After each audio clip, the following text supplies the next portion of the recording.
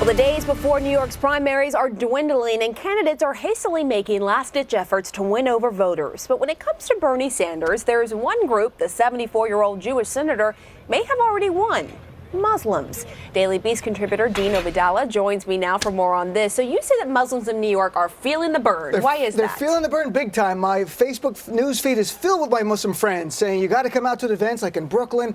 I'm getting emails from friends saying join the revolution. If a Muslim typically sends that, maybe the FBI shows up. But in this case, they're meaning it for good reasons. Join Bernie Sanders. It's really for the same reasons we hear nationally, with an extra issue. The same reasons are closing income inequality gap, college education costs, bringing it down or free.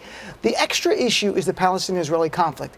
We hear Bernie Sanders, and we saw it Thursday at the CNN debate, talk about Palestinians as human beings. Now, he's still proudly pro-Israel. He talks about Israel's security. But we've not heard an American leading presidential candidate talk about Palestinians and their fears and their aspirations, unemployment rates in Gaza, rebuilding Gaza. And I think that resonates, not with all Muslims, but with many.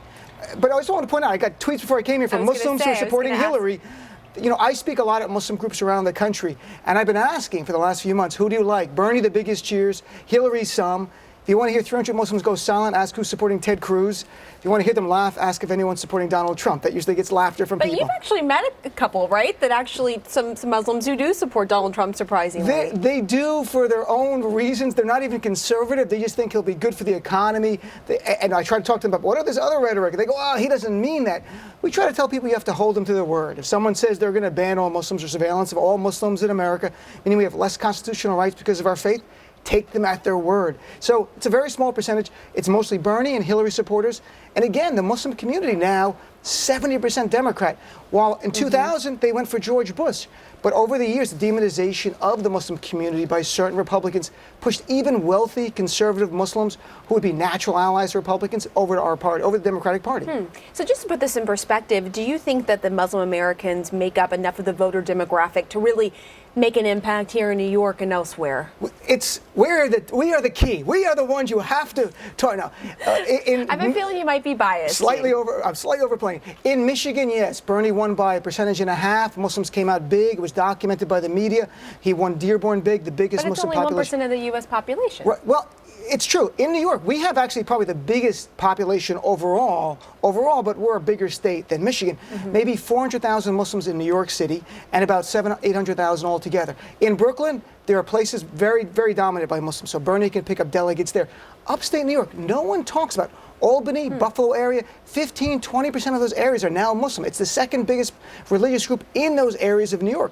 They can help Bernie win a delegate or two up there. So I don't think it may tip the balance in a race that shows Hillary winning by 10, but in certain congressional districts, he can help him pick up delegates. Are you seeing them more involved in the process now than what you've seen in the past? Yes, for two reasons. One, Bernie's embraced the Muslim community, and Hillary has too. I get emails from Muslims, Hillary for Muslims.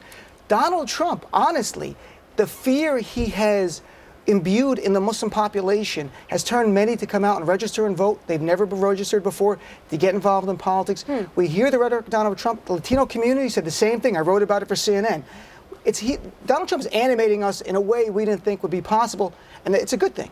So when you look at Bernie Sanders, though, he's a Jewish senator, yet he just came back from a trip to Vatican City. As you said, he's really sort of galvanized Muslim Americans. Why do you think he's appealing to so many different religions? I think, first, he's lovable. How could you not like Bernie Sanders? I think he's a lovable guy, and I like Hillary, too. I like them both. I think that he's so authentic, and he's so real. And these are words others have said, but I think when you hear what he talks about, it resonates with people. And I think the issue with Muslims and Jews, I think there are people in the media who have thought, well, why would you like a Jewish person? There's no theological reason. Muslims and Jews and Christians, we should not all get along. We should get along, especially in America. We're all in this together. So it resonates. Bernie's message resonates. Many Muslims feeling the burn. Some Hillary feeling the burn. Feeling the Hillary as well. Filling the hill. Yes, all right, the hill. Dean Obeidallah, thank you so much. Thanks. And they're filling it in Brooklyn today because Bernie Sanders is getting a